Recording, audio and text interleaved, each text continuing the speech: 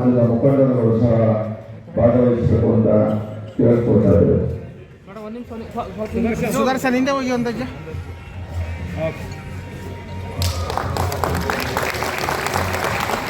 ಓಂ ಅಸತೋಮ ಸದ್ಗಮಯ ತಮಸೋಮ ಜ್ಯೋತಿರ್ಗಮಯ ಮೃತ್ಯೋರ್ಮ ಅಮೃತಂಗಮಯ.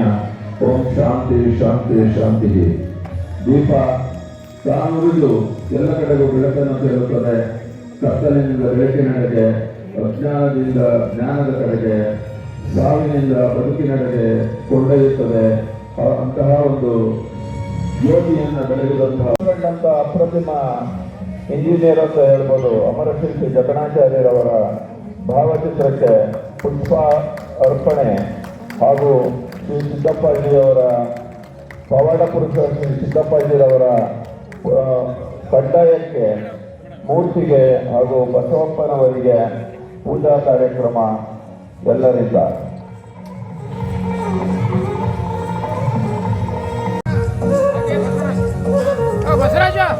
ಕಾರ್ಯಕ್ರಮವನ್ನು ಉದ್ಘಾಟನೆ ಮಾಡಿ ಜಕಣಾಚಾರ್ಯವರಿಗೆ ಪುಷ್ಪಾರ್ಚನೆ ನೆರವೇರಿಸಿ ಕೊಟ್ಟಂತ ಎಲ್ಲರಿಗೂ, ಎಲ್ಲ ಆಗಮಿಸಿರುವಂತಹ ನಲ್ಮೆಯ ಎಲ್ಲ ಬಾಂಧವರಿಗೂ ಕೂಡ ನಾನು ಮೊದಲನೇದಾಗಿ ನಮಸ್ಕಾರಗಳನ್ನು ಸಲ್ಲಿಸ್ತೇನೆ. ತಮ್ಮೆಲ್ಲರಿಗೂ ಕೂಡ ಸಂಸ್ಮರಣಾ ದಿನಾಚರಣೆಯ ಶುಭಾಶಯಗಳು. ಅದೇ ರೀತಿ ಇವತ್ತು ಒಂದು ಕ್ಯಾಲೆಂಡರ್ನ ಹೊಸ ವರ್ಷದ ದಿನಾಚರಣೆ ಕೂಡ ಇವತ್ತು ನಾವೆಲ್ಲರೂ ಸೇರಿರುವಂಥದ್ದು ಬಹಳಷ್ಟು ಖುಷಿ ತಂದುವಂಥ ವಿಚಾರ ಕೂಡ ಹೌದು. ತಮ್ಮೆಲ್ಲರಿಗೂ ಗೊತ್ತಿರೋ ಹಾಗೆ ಅಮರ ಶಿಲ್ಪಿ ಅವರು, ಬರೀ ಶಿಲ್ಪಿ ಅಲ್ಲ, ಅಮರ ಶಿಲ್ಪಿ. ಕಲೆಗೆ ಮತ್ತು ಶಕ್ತಿಗೆ, ಭಕ್ತಿಗೆ ಕೊನೆ ಇಲ್ಲ ಅನ್ನೋದನ್ನ ನಿರೂಪಿಸಿದಂತಹ ಮಹಾನ್ ಚೇತನ ಜಕಣಾಚಾರ್ಯರವರು. ಹಾಗಾಗಿ ಅವರ ಬಗ್ಗೆ ಮಾತಾಡಬೇಕು ಅನ್ನುವಂಥದ್ದೇ ಒಂದು ಸುದೈವ. ಹಾಗೆ ನೋಡಿದ್ರೆ ಇಡೀ ಪುಸ್ತಕದಲ್ಲಿ ಪೆನ್ನಲ್ಲಿ ಕಾವ್ಯ ಬರೆಯೋಕೆ ಎಷ್ಟು ಕಷ್ಟನೋ ಅದಕ್ಕಿಂತ ಹೆಚ್ಚಿನ ಕಷ್ಟ ಕಲ್ಲಿನಲ್ಲಿ ಕಾವ್ಯ ಬರೆಯುವಂಥದ್ದು.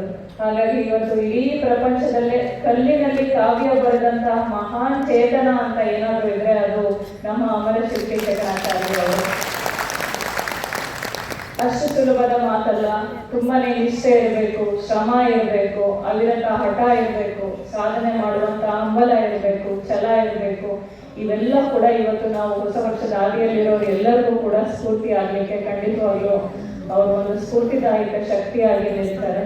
ಯಾವುದೇ ಹಿಡಿದ ಕೆಲಸವನ್ನ ಗುರಿ ಮುಟ್ಟುವವರೆಗೂ ನಿರಂತರವಾಗಿ ಅದರ ಹಿಂದೆ ಬಿದ್ದು ಛಲದಿಂದ ಸಾಧನೆ ಮಾಡುವಂತಹ ಒಂದು ಛಲ, ಶಿಸ್ತು, ಸಂಯಮ, ತಾಳ್ಮೆ ಎಲ್ಲವೂ ಕೂಡ ಇವತ್ತಿನ ಯುವ ಜನತೆಗೆ ಪ್ರೇರಣೆ ಆದರೆ ಖಂಡಿತವಾಗ್ಲೂ ಪ್ರೇರಣೆ ಆಗುತ್ತೆ. ನಮ್ಮಲ್ಲಿ ಈಗ ಆಧುನಿಕ ಜೀವನ ಶೈಲಿಯಲ್ಲಿ ನಮಗೆ ಇನ್ಸ್ಟಂಟ್ ಗ್ರಾಟಿಫಿಕೇಶನ್ ಅಂತ ಕರಿತೀವಿ. ಇಮ್ಮಿಡಿಯೇಟ್ ಆಗಿ ನಮಗೆ ಹಾಕಿರುವಂತ ಒಂದು ಶ್ರಮಕ್ಕೆ ಫಲ ಸಿಕ್ಬಿಡ್ಬೇಕು ಅಂತ ಯೋಚನೆ ಮಾಡುವಂತ ಕಾಲ. ಅಂಥವರಿಗೆಲ್ಲರಿಗೂ ಕೂಡ ಡಿಲೇಡ್ ಗ್ರಾಟಿಫಿಕೇಶನ್ ಅಂದ್ರೆ ಯಶಸ್ಸು ಎಷ್ಟೇ ನಿಧಾನವಾಗಿ ಬಂದರೂ ಕೂಡ ಅದು ದೊಡ್ಡದಾಗಿ ಮತ್ತು ತಕ್ಕುದಾಗಿ ಬರಬೇಕಾದ್ರೆ ಖಂಡಿತವಾಗ್ಲೂ ನಮ್ಮಲ್ಲಿ ಸಂಯಮ, ತಾಳ್ಮೆ, ಸಹನೆ ಎಲ್ಲವೂ ಕೂಡ ಇರಬೇಕಾಗುತ್ತೆ ಅನ್ನೋದನ್ನ ಇಡೀ ವಿಶ್ವಕ್ಕೆ ತೋರಿಸ್ಕೊಂಡಂತಹ ಮಹಾನ್ ಚೇತನ ಅಮರ ಶಿಲ್ಪಿ ಜಕಣಾಚಾರ್ಯವರು. ಅದಕ್ಕೆ ಅವರು ಇವತ್ತು ವಿಭಿನ್ನವಾಗಿ ನಿಲ್ಲುತ್ತಾರೆ ಎಲ್ಲರನ್ನು. ಯಾವುದೇ ಒಂದು ಕಲ್ಲನ್ನ ನೋಡಿದಾಗ ಅದರಲ್ಲಿ ದೈವತ್ವವನ್ನ ಕಾಣುವಂತ ಮಹಾನ್ ಪುರುಷ. ಸಾಮಾನ್ಯನಿಗೆ ಕಲ್ಲು ಕಲ್ಲಾಗಿ ಕಾಣುತ್ತೆ, ಆದ್ರೆ ಮಹಾನ್ ಶಿಲ್ಪಿಗೆ ಆಂತರ್ಯದಲ್ಲಿ ಭಕ್ತಿ ಭಾವ ಇರೋರಿಗೆ ಕಲ್ಲು ಕೂಡ ದೇವರಂಗೆ ಭಗವಂತನ ತರ ಕಾಣುತ್ತೆ. ಆ ಆಂತರ್ಯದ ದೃಷ್ಟಿಕೋನ, ಭಕ್ತಿ ಎಲ್ಲವೂ ಕೂಡ ಆಂತರ್ಯದಲ್ಲಿ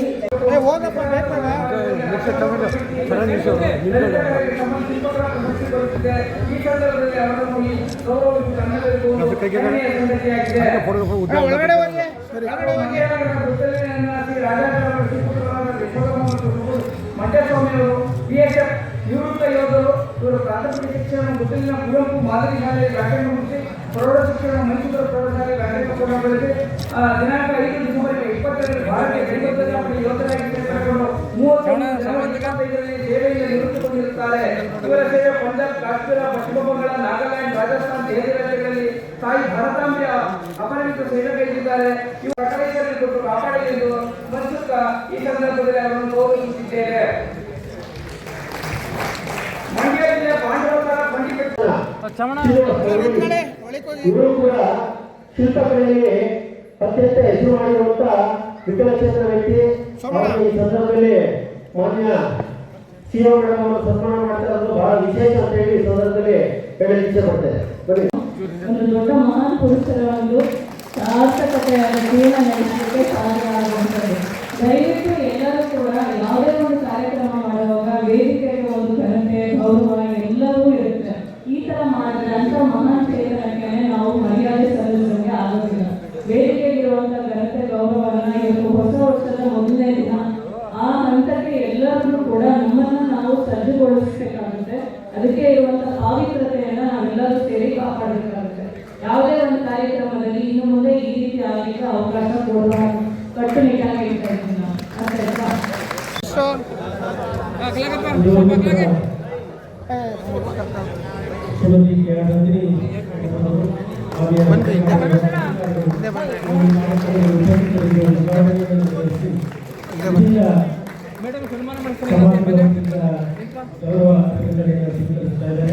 ಹಾಗೆ ಈ ಕಾರ್ಯಕ್ರಮಕ್ಕೆ ತಾವು ಬಿಡು ಮಾಡಿಕೊಂಡು ಬಂದು ಕಾರ್ಯಕ್ರಮದಲ್ಲಿ ಭಾಗಿಯಾಗಿದ್ದಕ್ಕೆ ಎಲ್ಲರ ಪರವಾಗಿ ತಮಗೆ ಉತ್ತಮವಾಗಿ ಸಮರ್ಪಿಸ್ತಾರೆ.